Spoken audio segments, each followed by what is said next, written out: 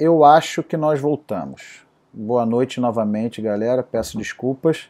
E aí vou perguntar novamente, para quem estiver assistindo, se nós temos algum problema na live. Eu estava justamente apresentando a Júlia, peço desculpas a Júlia, porque era o momento que ela estava se apresentando. Vou chamar a Júlia novamente. Bom, obrigada, Léo. Obrigada pelo ótimo profissional. É um prazer enorme estar aqui com vocês. Obrigada pelo convite, mais uma vez. Bom, meu nome é Júlia, eu sou psicóloga do esporte, trabalho lá com o Léo na Sodia Doces, Mesquita, LSB, desde a primeira temporada, né, desde 2019. Antes disso, começo minha história com basquete lá em 2014.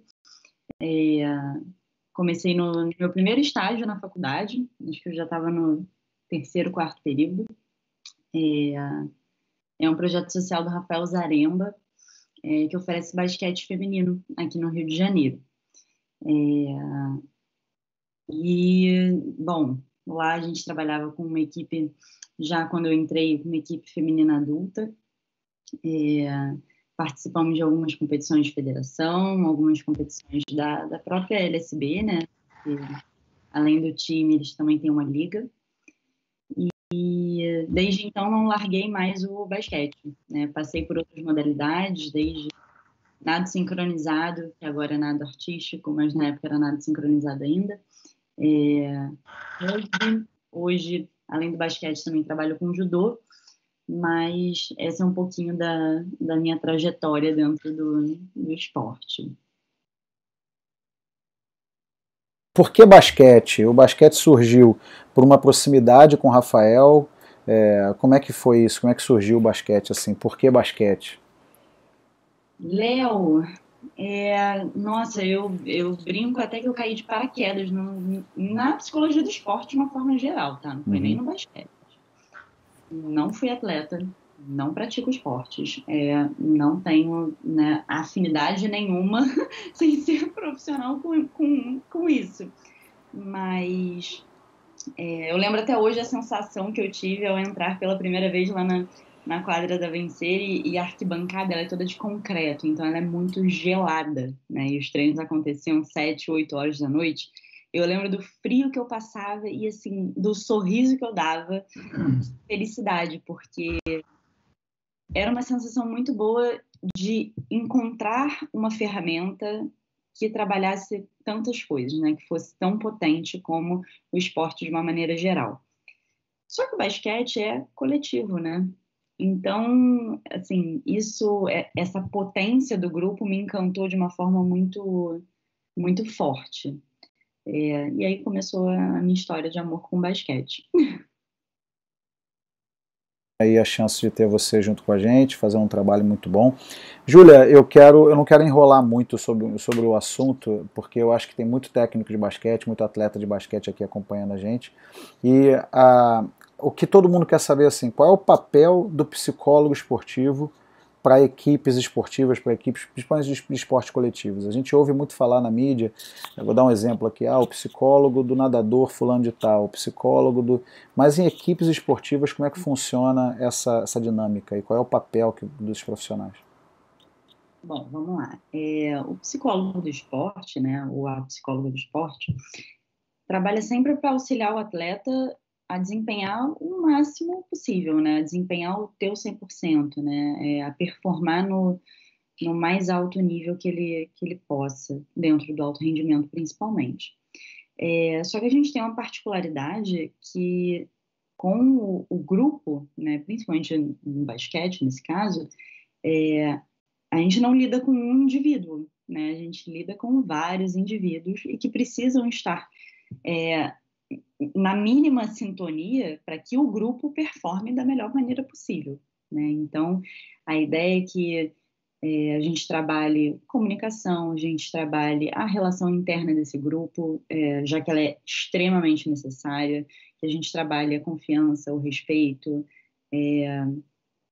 capacidades e habilidades nesse sentido para que elas possam, no meu caso, né, eu falo elas porque sempre trabalhei com basquete feminino, para que elas possam estar aptas a estar dentro de quadra da melhor maneira possível para elas. E eu também, como técnico, eu diria que assim, eu confesso isso para todos, eu não conhecia o trabalho. Eu acho que eu sempre fui uma pessoa que assim, olha, seria legal ter um psicólogo, seria legal ter uma psicóloga. Eu tive uma experiência muito breve, alguns anos atrás, eu era assistente técnico de uma equipe, e aí tivemos uma participação ali, algumas dinâmicas com duas psicólogas, mas foi uma coisa muito pontual, eu achei legal, e aí mais tarde eu fui saber um pouco mais, mas ainda hoje, depois de ter assistido palestras e até depois de conviver com você e com o Rafael Zaremba, que é um psicólogo também, para quem não sabe, técnico da Soudia Doce Mesquita LSB, é um psicólogo, é doutor na área. Eu comecei a conhecer um pouco mais, mas eu era um desses preconceituosos que falava assim, como é que, para que eu, não é para que eu preciso, mas assim, como que vou precisar, como que vai ser a dinâmica. É uma realidade ainda nos círculos que você vive, um certo preconceito de atletas, de técnicos? Léo, eu tenho muita sorte de conviver num meio muito potente, muito fértil, que abraça muito o meu trabalho. Uhum. Mas acho que isso também faz parte do meu respeito com o trabalho com a comissão técnica, né, de uma maneira geral, tanto no basquete quanto no judô, que é uma relação de confiança, é uma relação de respeito, é uma relação de compreensão dentre todo mundo que quer o melhor para esse atleta. Claro que muitas vezes, né, os caminhos são diferentes, né? Os caminhos que a gente quer propor para esse atleta chegar lá onde ele quer chegar podem ser diferentes, mas a ideia é que estejamos todos unidos para que esse atleta chegue lá, independente do caminho. Ainda nessa minha parte de confissão, eu comecei a ver, como eu brinquei agora há pouco, estava só eu e o Dante, aliás, lembrando a todos que o professor Dante De Rose, nosso presidente, está aqui presente, trouxe ele na tela novamente. Eu brincava com o Dante agora há pouco que às vezes a gente tem uns certos conflitos, assim, com muitas aspas, sabe? Eu não vou dizer que eu brigo com a Júlia, não, porque senão o pessoal que já tem atleta aqui assistindo, a Rayane, nossa atleta Rayane Santana está aqui assistindo, o Bruno Freire, o nosso famoso Space, está ali assistindo também, nosso assistente técnico lá. Não vou dizer que eu brigo com a Júlia, não, mas a gente vê as coisas de forma diferente. E existe toda uma cultura do esporte por trás disso, uma cultura do esporte no Brasil por trás disso. Como é que lida com isso, com a diferença de abordagem? Um técnico às vezes é mais agressivo na abordagem, o psicólogo às vezes é um pouquinho mais maleável. Como é que lida com isso no dia a dia, Júlia? É difícil, Léo. É difícil. Você sabe bem que é difícil, né? Porque não, a gente não briga, mas a gente conversa. Né? A ideia é que a gente escute, entenda. A gente até falando com o Dante, né, mais cedo um pouquinho, como essa relação precisa de respeito, né, de ambas as partes, precisa de escuta, precisa de acolhimento, né, precisa entender que cada pessoa, tanto um técnico, o assistente técnico, o próprio psicólogo, o atleta, ele tem uma história por trás daquilo, e tem uma experiência que ele viveu, e que isso precisa ser respeitado de alguma forma.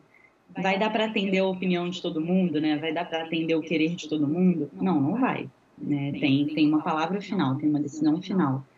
Mas que as pessoas envolvidas nisso, tanto o técnico, a diretoria, o próprio atleta, que ele possa escutar, né? Pelo menos considerar essa opinião de diversas áreas, né, dessa comissão técnica, dessa equipe Multidisciplinar.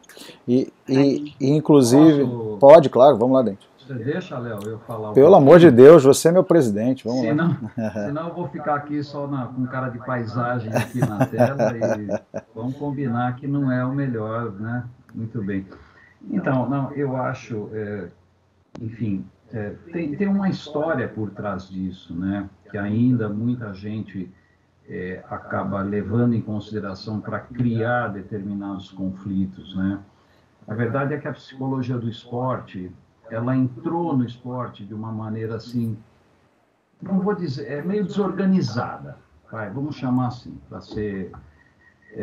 muita gente que se aventurou a trabalhar com psicologia do esporte não conhecia o esporte. Então tentou levar para a quadra, para o campo, para a piscina, aquilo que fazia no seu consultório. Né? Então, inclusive, eu brincava, tive relação com muita gente da psicologia. Não sou psicólogo, estudei, me doutorei em psicologia do esporte, trabalhei com estresse, mas nunca exercendo, porque eu não sou psicólogo. E isso, né, é uma questão ética, uma questão de assumir uma função que não é sua. Mas o que a gente via era isso, entendeu? Então, por exemplo, de repente o psicólogo chegar e colocar algumas coisas como sendo, tem que fazer isso e ponto. E a verdade é uma só, a gente estava brincando antes, como a Júlia falou, a verdade é uma só, quem dá a palavra final é o técnico. Ponto final. Né? Porque, no fim das contas, gente, vamos ser sinceros, o emprego que está em jogo é o do técnico. Verdade. O emprego é o do técnico que está em jogo. E aí houve então essa é uma questão, mas isso melhorou muito com várias pessoas, né? Citei aqui para a Júlia, a Adriana, aí do Rio Lacerda, a Regina, aqui em São Paulo, muita gente boa, o Afonso Machado, o Dietmar, né? O falecido Dietmar Samuski, lá de Minas, grande amigo meu. Enfim, esse pessoal começou a mudar. Por quê? Porque esse pessoal começou a entender e os técnicos também começaram a entender. E aí a Júlia falou uma palavrinha que é mágica, que o trabalho é multidisciplinar. Hoje não se faz esporte mais com uma única pessoa, como era antigamente. O técnico era onipotente, onipresente. Né? Ele era o técnico, ele era o preparador físico, ele era o médico, ele era o pai, a mãe, dirigia a Kombi. Na época era a Kombi, viu? Não era a van, não. Era Kombi. Né? Então, botava a molecada dentro da Kombi. E hoje não é mais assim. É lógico, eu estou falando de esporte de alto rendimento. Na base ainda a gente encontra coisas desse tipo. Então, as coisas mudaram, porque as pessoas começaram a compreender cada um o seu papel. E uma outra coisa também que contribuiu muito, principalmente para que os atletas desacreditassem no trabalho, eram aquelas famosas palestras de vestiário antes da final. O cara nunca apareceu no jogo, o cara nunca apareceu no treino, de repente ele aparecia no vestiário para dar uma palestra motivacional. Não dá, né? Não Desculpem, mas isso é a maior picaretagem que eu já vi. E o pior é que esses caras ganham muito dinheiro dentro dessa picaretagem. Né? Então o cara não sabe o que é basquete, não sabe diferenciar uma bola de 3 de uma bola de 2, né? Não sabe diferenciar uma defesa, um ataque. Então, eu acho que a melhora aconteceu em função desse conjunto de coisas. Né? E, de novo, na questão da multidisciplinaridade. O psicólogo, assim como o preparador físico, o nutricionista, fisioterapeuta, ele tem que fazer parte da equipe. É isso. Ele não pode chegar lá um dia antes. Né? Ninguém faz preparação física meia hora antes do jogo. É isso aí. Né? É isso aí. Ninguém regula a alimentação só no dia do jogo. Né? Ninguém faz um tratamento de uma lesão só no dia do jogo. É a mesma coisa. Então, tem que haver um entendimento para que as coisas aconteçam de uma maneira mais linear, para que os conflitos, para que o Léo, Júlia, não continue brigando com você, entendeu? Eu disse para ela que a gente ia brigar ao vivo aqui hoje, mas não precisa brigar ao vivo aqui. Não vai brigar. Mas, Júlia, aproveitando até o gancho do que o Dante está falando, eu vou usar a mesma palavra que ele usou, essa picaretagem que a gente vê por aí do pessoal querer, e até, de novo, me usando como próprio exemplo, porque assim, eu lembro de assistir uma palestra ou ver uma dinâmica de uma psicóloga ou de um psicólogo e tentar implantar aquilo ali do meu jeito depois. Eu vi fazendo. Então, assim, como balancear isso? Assim, transmitir o conhecimento, estar no dia a dia da equipe, mas também assim ensinar estratégias para os professores, para os técnicos. Como é que faz isso enquanto profissional? Vamos lá. Essas palestras motivacionais são um ponto de interrogação na minha cabeça, né? Porque eu, sinceramente, não consigo acreditar que o problema de um time inteiro seja motivacional. Né? Então, você pensa, palestra motivacional para quem? Né? Talvez, sim, você atinja 1, 2, 3, mas, assim, o time inteiro tem problema de motivação? Não sei. né? Recentemente, numa competição, um dos técnicos falou assim, bom, eu vou juntar a equipe e você vai falar com eles antes, né? Eu falei, não, acho que eu não tenho nada para falar, não. Não sei, você tem algum recado para dar, alguma coisa? Não, uma coisa assim, né, para pré-competição e tudo mais, eu não tenho nada para falar, não.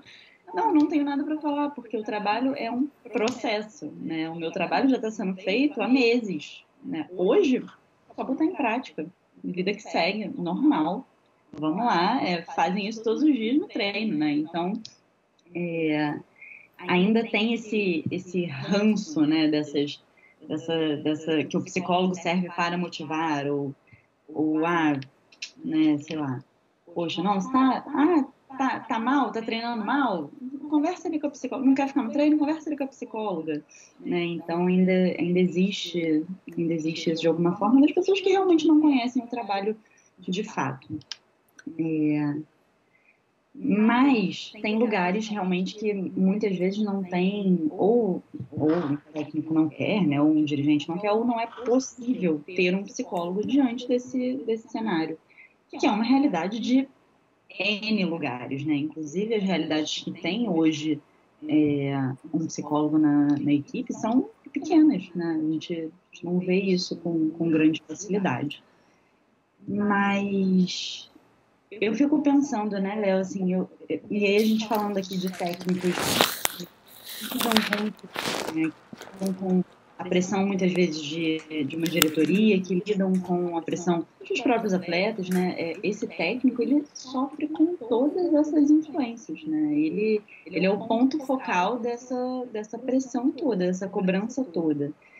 Então, eu me pergunto, será que não é esse cara que precisa estar bem, né, para lidar com a ansiedade de um atleta, a cobrança de um atleta, enfim, todos esses cenários possíveis, como é que a gente faz? Né? Essa pessoa precisa também estar em foco de alguma maneira. É isso, e eu concordo com isso, eu tenho certeza que o Dante concorda com isso também, porque assim, uma das coisas que a gente discute muito e no dia a dia, né, como eu já disse, vou repetir aqui para quem entrou na live há pouco tempo, eu e a Júlia trabalhamos juntos, eu sou assistente técnico da equipe Sou Dia Doce Mesquita LSB, uma equipe feminina que disputa a LBF, a Liga de Basquete Feminino, e a Júlia é a nossa psicóloga. E no dia a dia, são tantas coisas que um técnico passa de... Vamos falar a realidade do basquete brasileiro, né? Os técnicos não são técnicos de basquete exclusivamente.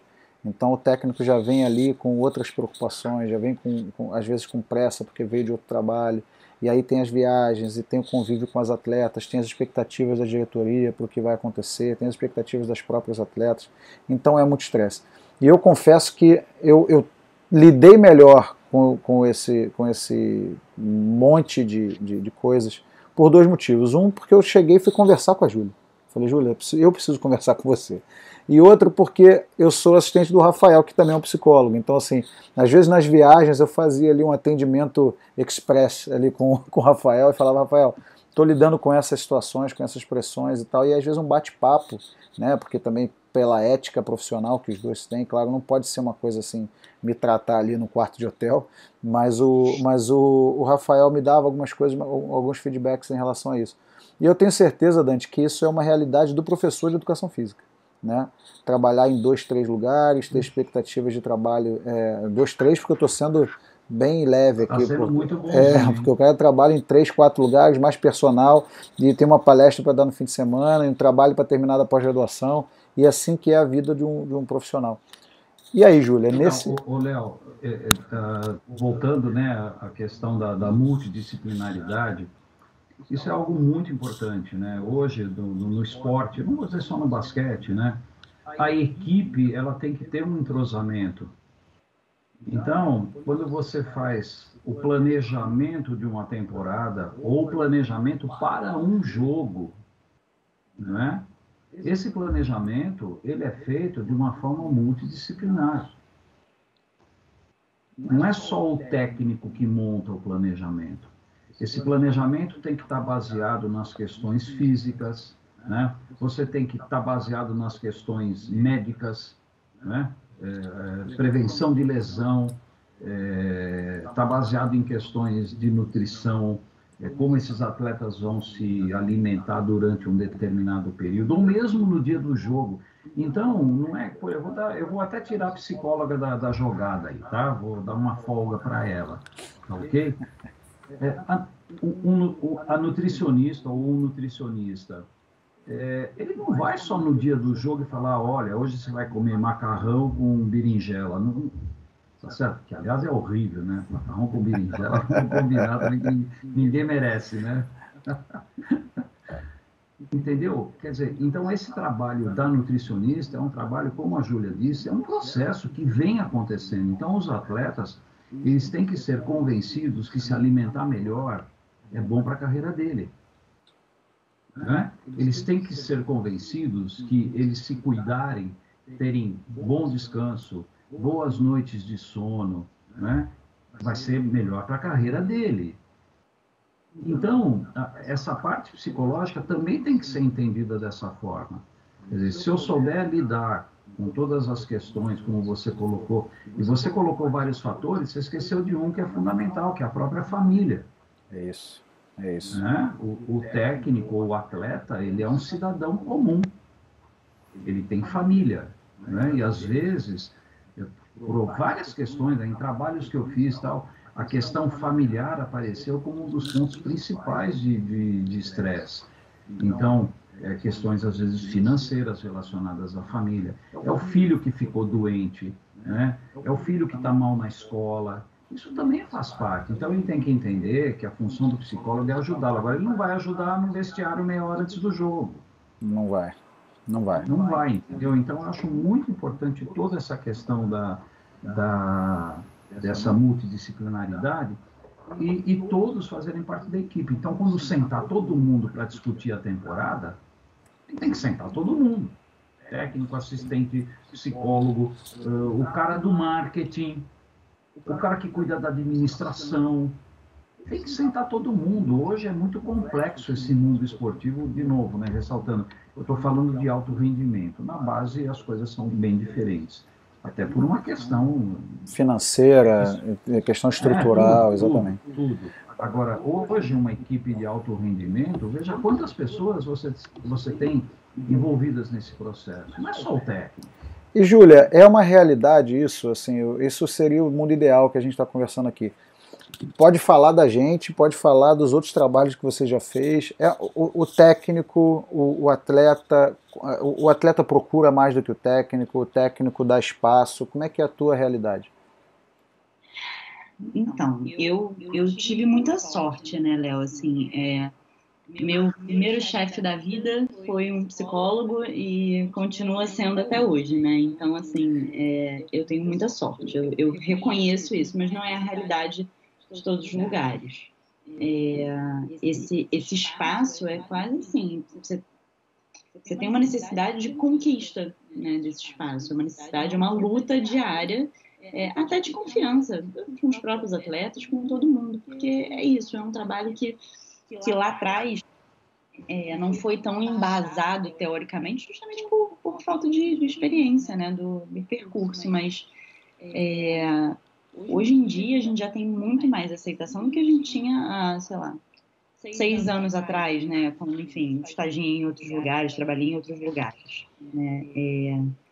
Mas isso também vem muito da forma como você chega, da forma como você entende o processo, da forma como você respeita o processo. Dante falou, eu vou tirar a psicóloga desse bolo, né? Mas nem precisa. O Léo sabe que a primeira coisa quando se inicia uma temporada que eu faço é compartilhar o meu plano de trabalho com eles. É isso aí. Né?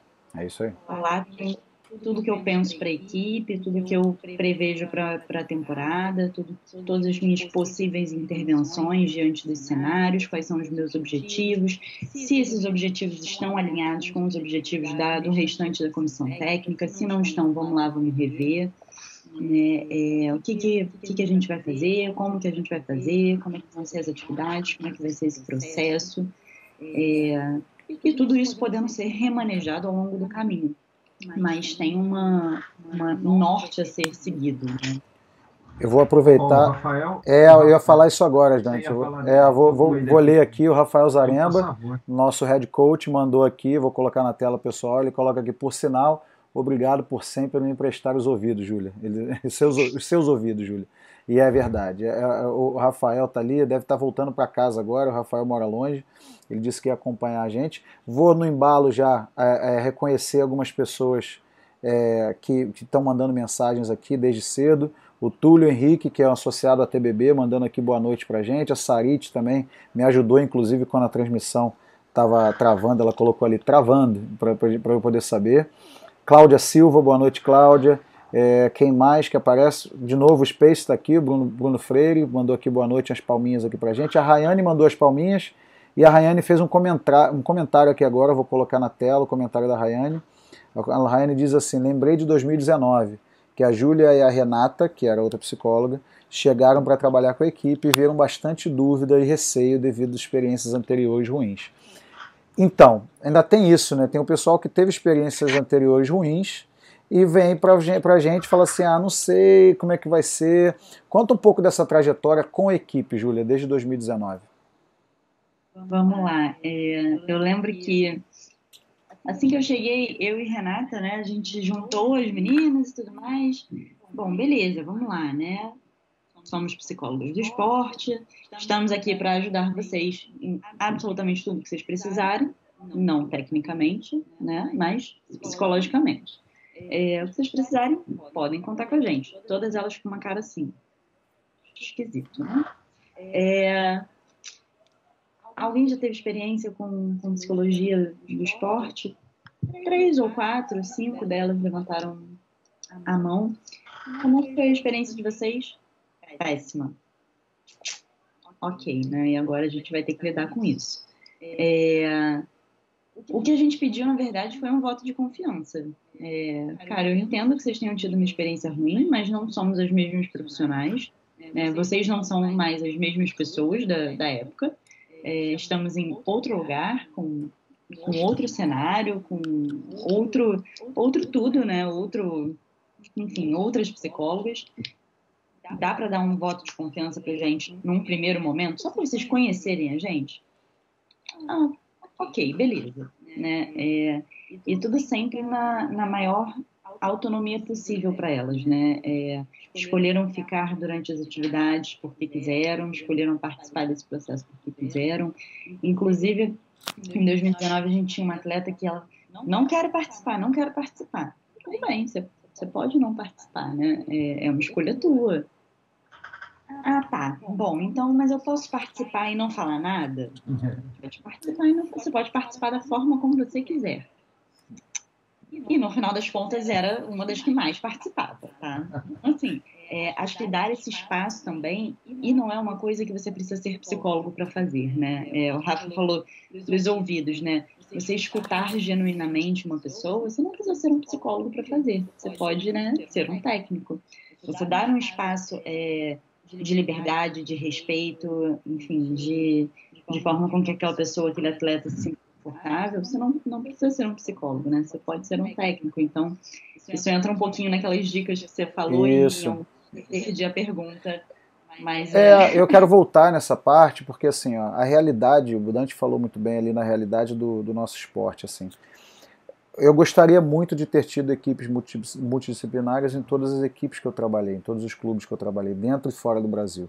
Mas a realidade é que não existe. Assim. Eu não sei hoje qual é a cultura do esporte profissional em todos os lugares. Eu sei que está crescendo a psicologia esportiva, mas na base, assim, é difícil você chegar numa equipe de base no Brasil e eu tenho um psicólogo, eu tenho uma psicóloga trabalhando com a minha equipe. Então hoje a gente está falando aqui, e eu sei que muita gente que não está assistindo ao vivo vai assistir isso depois no YouTube, como que o profissional, assim, quais são a pergunta vai ser um pouquinho longa, quais são os tópicos, assim, os assuntos que os técnicos têm que ter um pouquinho mais de olho, um pouquinho mais de tato para lidar. Por exemplo, a gente sabe muito a questão da ansiedade. A ansiedade é uma questão para muitos atletas. mas a ansiedade também é uma questão para o próprio técnico. O convívio entre colegas de equipe é uma outra, porque existem expectativas diferentes desses profissionais, ou dos jogadores ali de base, falei profissionais, mas jogadores de base, e aí alguns estão ali porque querem crescer como jogadores, como atletas, outros estão ali porque querem ser campeões, outros estão ali querendo crescer para ir para uma outra situação, para uma outra estrutura. Então, quais são as dicas que Júlia Crespo dá para esse monte de coisa aí que eu perguntei? Léo, vamos lá. Acho que o que mais salta aos meus olhos, assim, principalmente quando a gente fala de equipe esportiva, não dá para um querer chegar aqui e o outro querer chegar aqui, né? Então, assim, a gente precisa alinhar isso urgente, né? Eu acredito que seja assim, um dos primeiros passos, assim, a gente traçar nossos objetivos, traçar nossas metas dentro do que é possível, né? Porque pensando num cenário, principalmente hoje de pandemia, isso é muito complexo e é muito complicado. Mas a gente saber onde a gente quer chegar é importante para a gente continuar remando esse barco.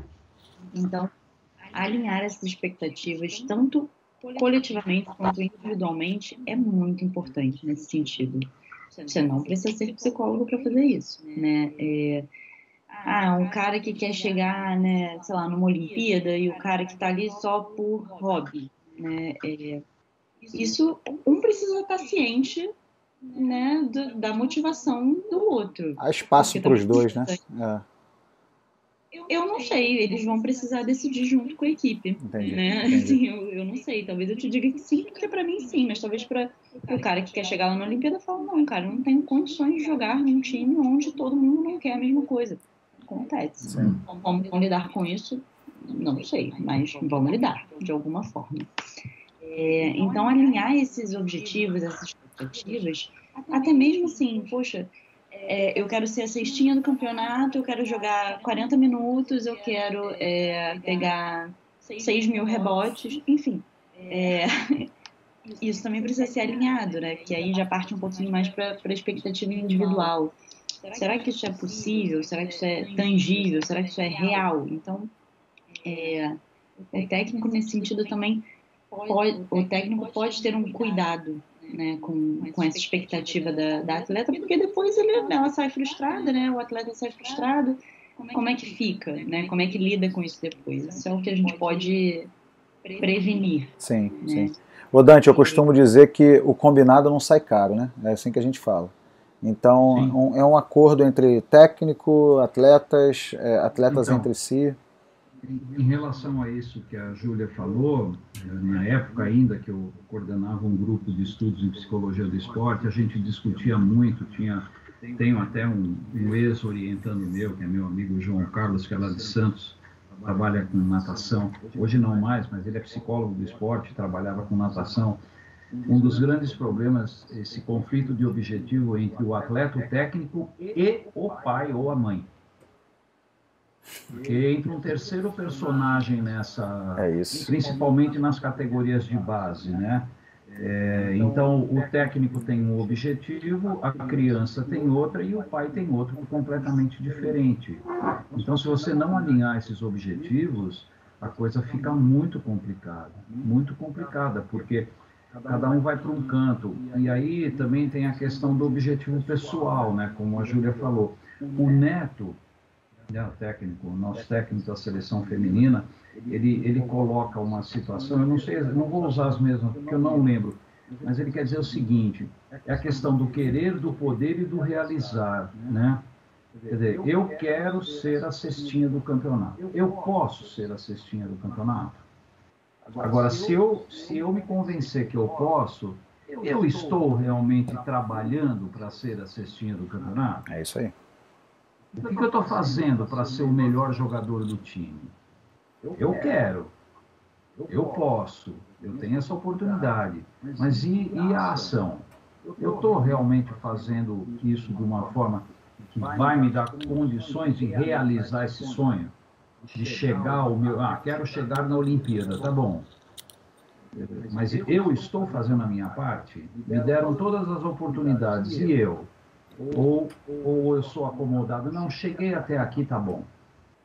né? E às vezes acontece muito isso, né? O atleta, ou mesmo o técnico, qualquer pessoa, ele se acomoda. Eu chegar, tudo bem, eu cheguei, agora tá bom. E o que acontecer daqui para frente é lucro. Não é bem assim, Não pode né? ser Pô, eu assim. acho que a gente tem sempre que pensar num degrau acima. Eu falo muito quando eu dou as minhas clínicas para os técnicos que trabalham com base, é a questão dos desafios. As crianças, principalmente, elas têm que ser desafiadas.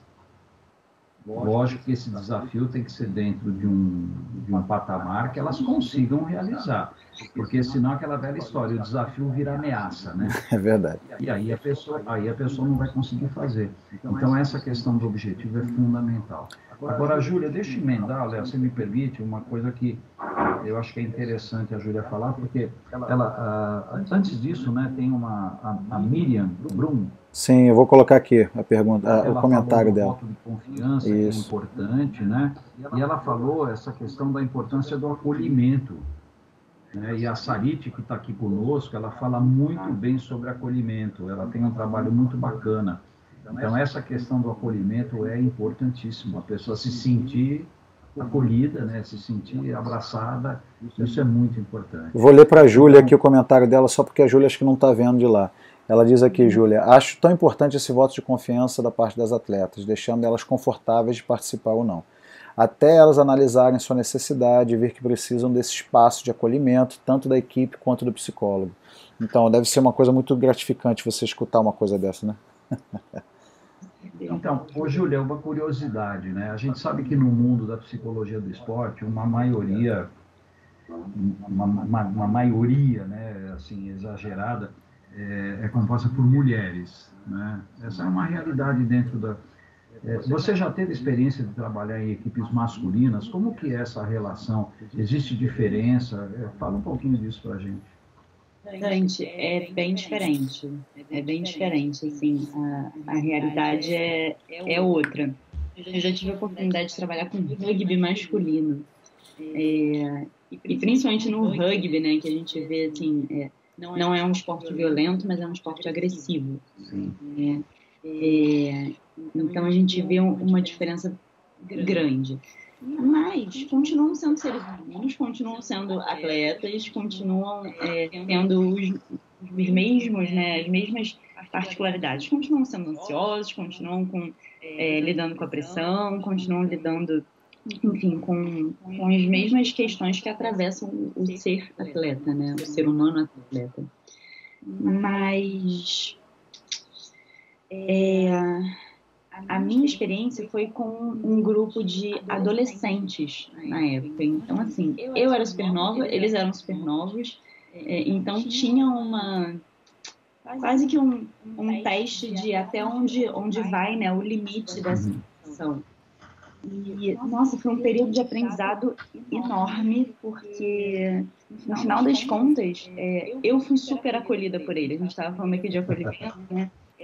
Foi uma das primeiras equipes que eu trabalhei e eu fui muito acolhida por eles, assim, no sentido de, caramba, poxa, a gente nunca teve esse trabalho, mas eles eram muito abertos a esse trabalho, então foi muito bacana. Hoje eu trabalho com judô masculino também e acho que pela minha postura diante disso facilita muito o processo, né? No sentido de sim, eu sou psicóloga, mas eu não sou amiga, né? A gente não sai para beber junto, a gente não vai sair, né? Enfim, a gente não vai compartilhar desses momentos de amizade, mas eu tô aqui para você. Se você precisar de mim, eu tô aqui, né? Então acho que esse limite é muito tênue, principalmente no esporte, onde você pensa, quando a gente fala uma psicóloga, né? Você imagina uma pessoa no consultório de salto, sei lá, minimamente uma roupa mais social, onde enquanto, né, na psicologia do esporte, muitas vezes no rugby eu estava trabalhando descalça, né? Porque era na areia, então eu ia de Havaianas e minhas Havaianas ficavam guardadinhas no canto, né? Então é um trabalho onde você trabalha, por exemplo, de legging, né? Então vira um limite diferente, mas é um limite que ainda precisa ser respeitado.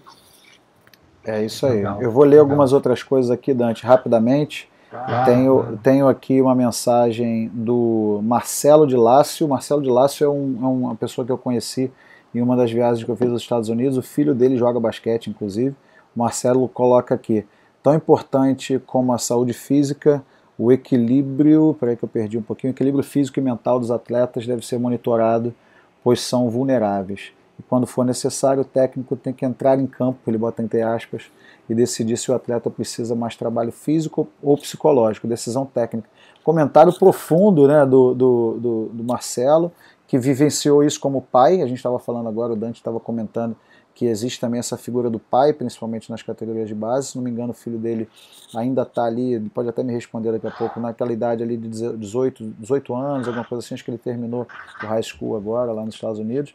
E aí tem essa figura do pai, tem uma tensão grande entre todos esses conceitos e todas essas variantes que tem no esporte. E aí eu concordo com ele, assim, às vezes o técnico sabe que aquela menina, que aquele menino precisa conversar com a psicóloga.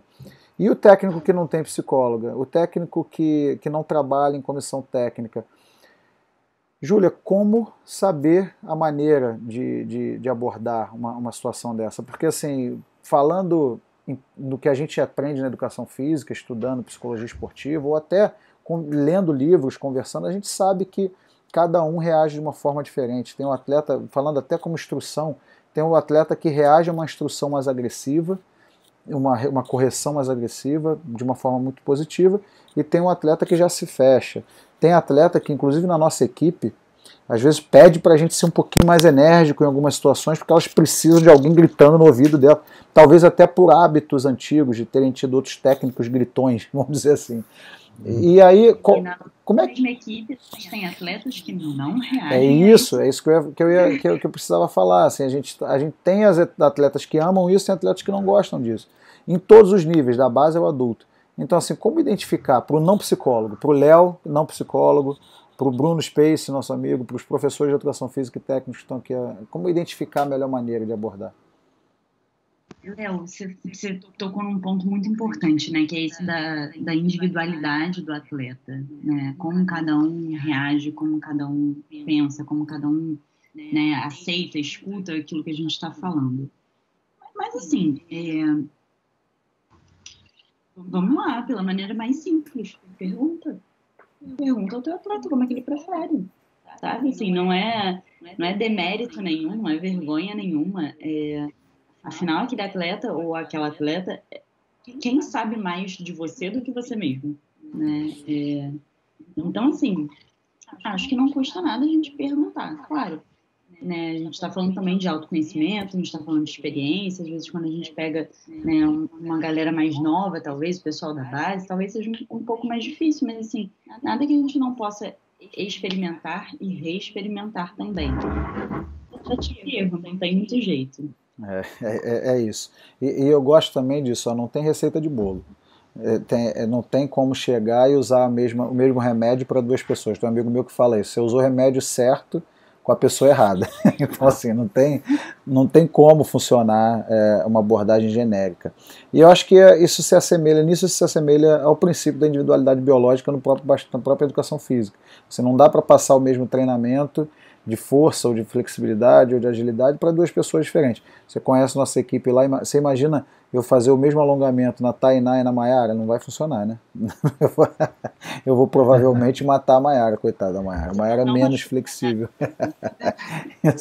Então, Léo, tem uma outra coisa que eu acho que contribui muito, né, nessa questão aí que você colocou.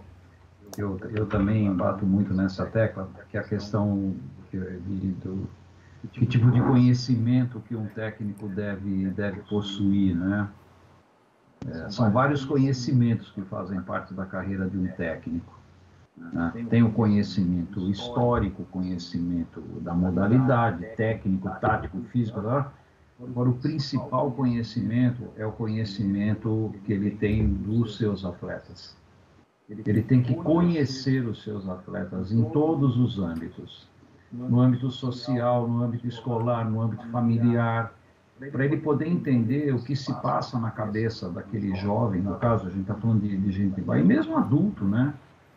Então, se eu conheço, por exemplo, a estrutura familiar de um atleta meu, fica mais fácil eu poder lidar com essas coisas. Inclusive lidar com os próprios pais. Eu não sei se a Júlia tem essa experiência de também lidar com pais. Agora, eu só posso fazer isso, eu só posso abordar, né, ou fazer um tipo de abordagem com esse pai ou com essa mãe, se eu conheço essa estrutura familiar. Né? Se eu tenho uma estrutura familiar totalmente destrambelhada, não vai adiantar eu falar com o pai e com a mãe desse atleta. Né? Ou pode até adiantar, mas eu acho que o efeito vai ser... Então, esse conhecimento, que eu digo, conhecimento profundo do seu atleta, no caso, em todos os níveis. Então, por que você não dá o mesmo alongamento para uma menina e para outra? Porque você, com certeza, conhece os limites de cada uma delas. Porque se você não conhecesse, você daria o mesmo alongamento e vamos que vamos, né? Se vira, tá ok? Então, enfim, eu acho que isso também, o conhecer o atleta é fundamental. Mas voltando, Júlia, essa questão dos pais, né? Queria que você falasse um pouco, se você tem algum trabalho, como é que você lida com essa questão. Gostei, gostei. Fogo, né? Nós tínhamos, agora é uma brincadeira, tá? Nós tínhamos um técnico na época no Pinheiros, que ele falava que todo bom, que um jogo de basquete, principalmente categoria de base, devia ser assim: você fecha a porta do ginásio, a molecada joga. Aí você abre a porta e fala assim: ó, pessoal, foi 56-55 e fecha a porta. E deixa o pessoal lá fora se matar, entendeu? O Dante, até desbarrando nesse ponto que você falou, né, de conhecer o atleta, de conhecer a família do atleta, né, de conhecer esses objetivos, enfim, que eles não esperam. Eu trabalhei num projeto social com uma galerinha dessa idade, né? Assim, a gente tinha alunos de rugby, no rugby a gente chama de M, né? M12, na época acho que era M12, M14, então assim, uma galerinha menor que isso. Ou seja, o que a gente mais precisa nesse cenário é dos pais, né? Ou do responsável, porque é um cenário muito comum, principalmente era um projeto que atendia as crianças do Cantagalo e do Pavão Pavãozinho, são comunidades aqui no Rio de Janeiro.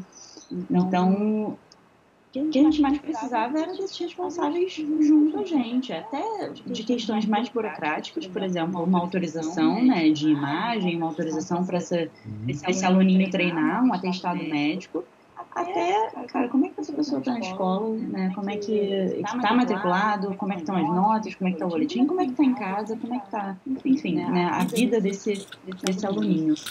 E quando eu cheguei no projeto, tentei marcar uma, tentei marcar duas, tentei marcar umas 3, 4.